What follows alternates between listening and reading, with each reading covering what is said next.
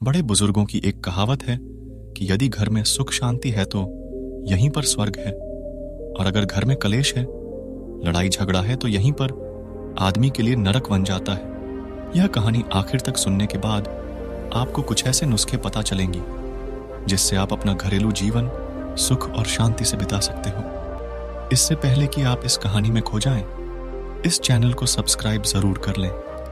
एक बार तथागत गौतम बुद्ध से किसी ने पूछा था कि परिवार में झगड़े क्यों होते हैं? क्या सब सहमति से मिलजुल कर प्रेम से नहीं रह सकते? इस पर बुद्ध मुस्कुराए और बोले, देखो, संसार इसी का नाम है। यहां जो होता है वो दिखाई नहीं देता, जो नहीं होता वही दिखता है। सबसे ज्यादा प्रेम की बातें इसी संसार में देखने को मिलेगी, लेकिन वास्तव में कोई किसी से प्रेम करता ही नहीं है। क्या आप किसी से प्रेम करते हैं? तो शायद एक पल के लिए आप सोच में पड़ जाएंगे, क्योंकि प्रेम एक ऐसी चीज है जो शांति लाती है। लेकिन क्या आपके आसपास आपके परिवार में शांति है? बुद्ध आगे बोले, मैं तुम्हें एक घटना के बारे में बताता हूं। बहुत समय पहले मगध राज्य में एक व्यक्ति के परिवार में बहुत अशांति चल रही थी। उस व्यक्ति की पत्नी और उसकी मां आपस में लड़ती झगड़ती रहती थी, और वह व्यक्ति इन दोनों के झगड़े में ही बावला हुआ जा रहा था। वह घर में शांति चाहता था, तो उसने पत्नी को समझाया। तब पत्नी और उसके बीच में झगड़े हुए। फिर उसने अपनी मां को समझाया। तब मां को लगा कि लड़का हाथ से निकला जा रहा है। मां और बेटे के बीच भी झगड़े हुए। बेटा घर में शांति चाहता था, इसलिए उसने इसके लिए उपाय ढूंढने सूट किए। तब किसी ने उसे बताया कि ऊंचे पहाड़ की छोटी पर रूपा में एक तांत्रिक बाबा रहते हैं, जो तुम्हारी समस्या का समाधान अवश्य कर देंगे। वह व्यक्ति उस ऊंचे पहाड़ की चोटी पर पहुंचा। वहां उसने अपनी पत्नी को देखा, जो गुफा से बाहर निकल रही थी और अपने हाथ में कुछ दबा कर ले जा रही थी। थोड़ी देर बाद उसने अपनी मां को भी चुभते हुए उस गुफा के अंदर जाते देखा, और वो भी कुछ देर बाद हाथ में कुछ दबा कर लेकर निकल रही थी। उन दोनों के जाने के बाद वो व्यक्ति गुफा के अंदर गया। वहां पर एक तांत्रिक बैठा हुआ था। उसने उस तांत्रिक से कहा, बाबा, मैं बहुत परेशान हूं। बाबा ने बीच में रोकते हुए कहा, रुक जा, मुझे सब पता है कि तू खुश नहीं है। तू भीतर से टूट चुका है।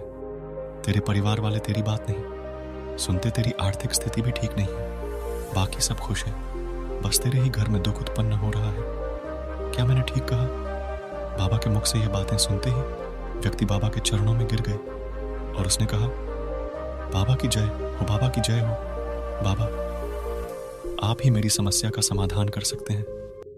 बाबा ने उसे कुछ राख उठाकर दे दी और कहा कि इसे अपने परिवार वालों के भोजन में या पानी में मिलाकर पीला देना सबूचित होगा।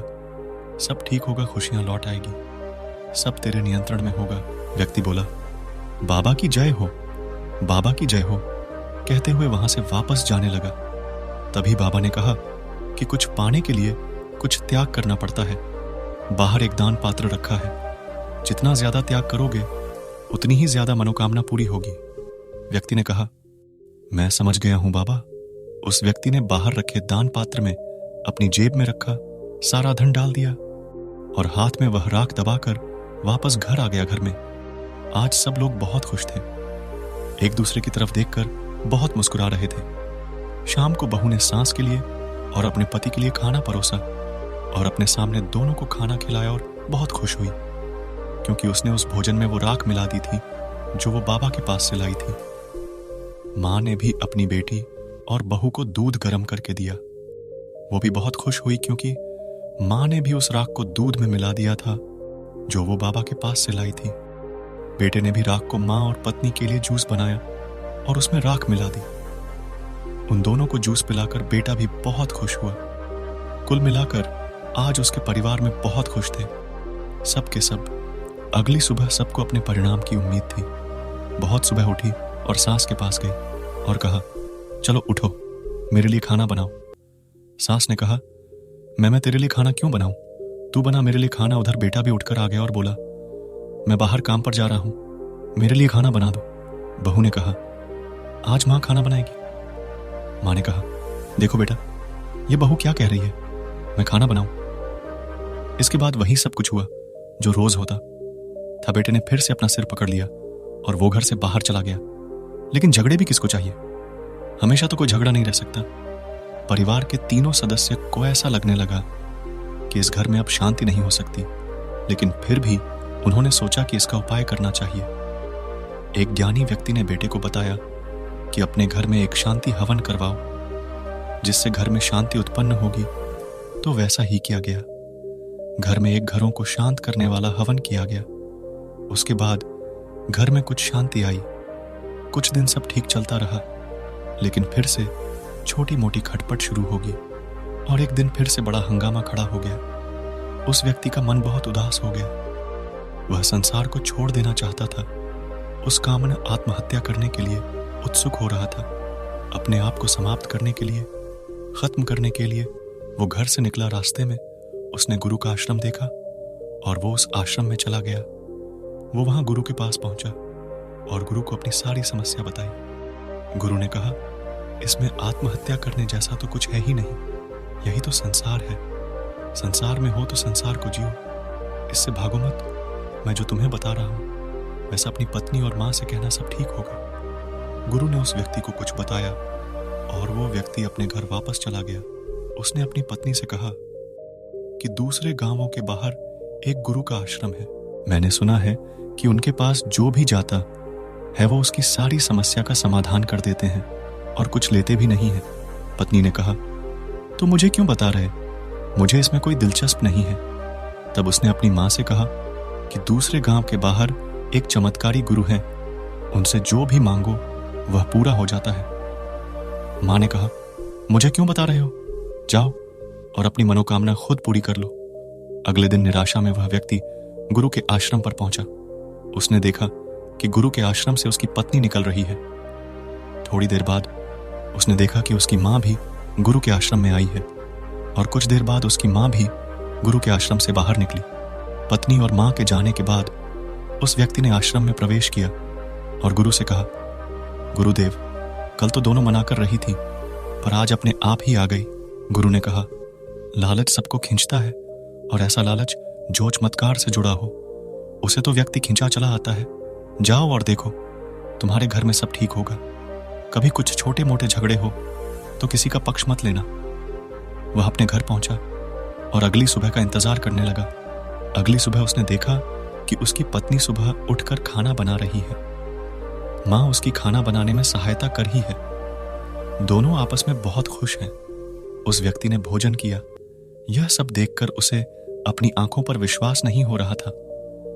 उसे लग रहा था कि जैसे कोई चमत्कार हो गया हो। पत्नी ने मां के पेड़ दबाए। मां ने थोड़ी देर बाद बहू से पेड़ दबाने के लिए मना कर दिया। उसके घर का माहौल जैसे बदल ही गया। धीरे धीरे समय बीतने लगा। घर में कुछ छोटे मोटे झगड़े भी होते थे, पर वो भी प्रेम से सुलझ ही जाते। वो व्यक्ति उस दिन का इंतजार करने लगा जिस दिन उसके घर में फिर से वैसा ही माहौल होगा जैसा पहले था।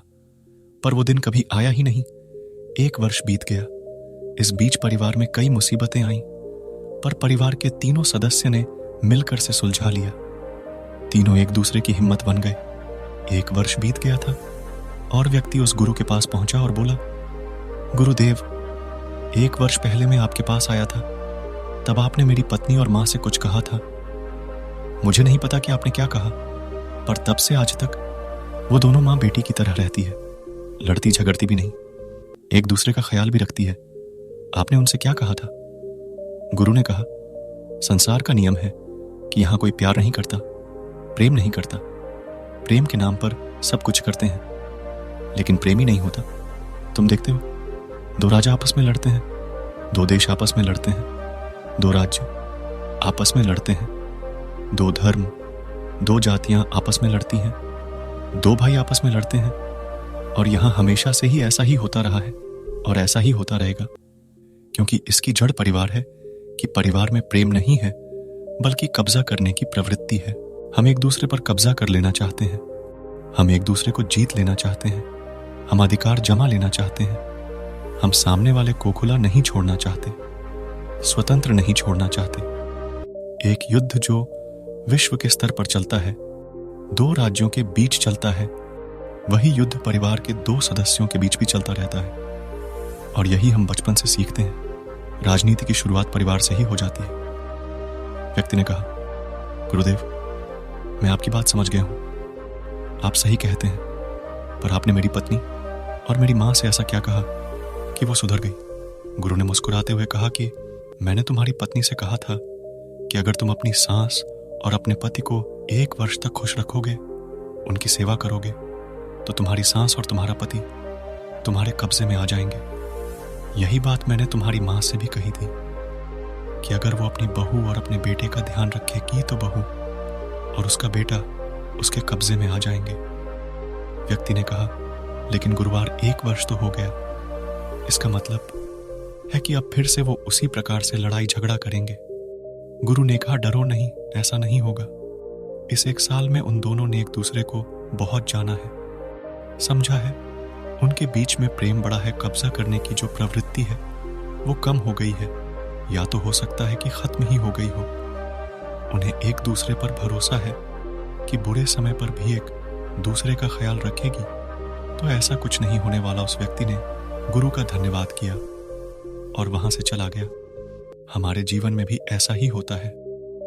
कब्जा करने की प्रवृत्ति हम सभी में होती है और जिसे हम प्रेम का नाम दे देते हैं। वास्तव में वो जंजीरों के अलावा कुछ नहीं होता। इसलिए परिवार में झगड़े बढ़ते हैं। हम ना एक दूसरे को समझना चाहते हैं, ना ही जानना चाहते हैं। हम हमेशा यही चाहते हैं कि सामने वाला हमें समझे, हमारी बात माने। इसके उल्टे अगर हम एक दूसरे को समझना शुरू कर दें, एक दूसरे का ख्याल रखना शुरू करें और एक दूसरे की जरूरतों को पूरा करें, तो हमारे अंदर से कब्जा करने की प्रवृत्ति समाप्त हो जाती है। त्याग और प्रेम की प्रवृत्ति बढ़ने लगती है। जिसमें शांति होती है तब वह में परिवार परिवार होता है, क्योंकि किसी भी मुसीबत में परिवार एक साथ होता है, इकट्ठा होता है। वक्त पर जो इकट्ठा हो जाए वही परिवार होता है, और वक्त आने पर बिखर जाए वो परिवार नहीं होता, बल्कि राजनीति का अखड़ होता है। इसलिए अपने बच्चों को ऐसे संस्कार दीजिए कि वो प्रेम सीखे, कब्जा करने की प्रवृत्ति नहीं। उनके सामने किए गए अपने कर्मों को देखें, क्योंकि आपके कर्मों से ही आपके बच्चे सीखते हैं। महाभारत में अर्जुन का पुत्र अभिमन्यु मां के गर्भ में ही युद्ध कला सीख गया था। तो इस बात से यह स्पष्ट है कि परिवार का वातावरण जैसा रहेगा, छोटे बच्चे वैसा ही सीखेंगे। इसलिए घर के सदस्यों को आपसी प्रेम बनाए रखना चाहिए। बच्चों के सामने ऐसी कोई बात नहीं करनी चाहिए जिसका बुरा असर उनके स्वभाव पर होता हो। यदि परिवार को एकजुट रखना है तो आपसी प्रेम के साथ यहां बताई जा रही इन बातों का भी ध्यान रखना चाहिए। पहली बात, परिवार में प्रेम बनाए रखने के लिए जरूरी है कि सभी सदस्यों को अहम का भाव छोड़ देना चाहिए। खुद के सुख को महत्व बना देते हुए सभी सदस्यों के सुख को ध्यान में रखना चाहिए।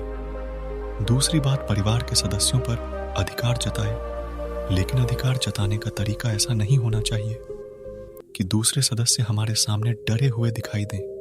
यदि लंबे समय तक ऐसा डर रहेगा तो आपसी प्रेम धीरे धीरे कम हो सकता है।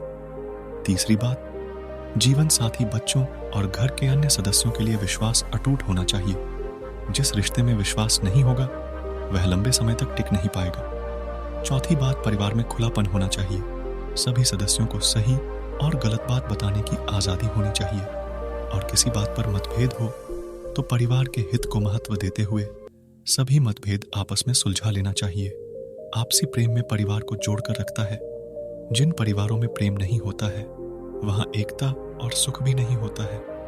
यह कितनी पावरफुल स्टोरी, कितनी ज्ञानवर्धक बातें आज हमने इस वीडियो से सीखी। तो दोस्तों, कमेंट सेक्शन में जरूर बताएं कैसी लगी आपको यह कहानी, और अच्छी लगी हो तो चैनल को सब्सक्राइब करना ना भूलें।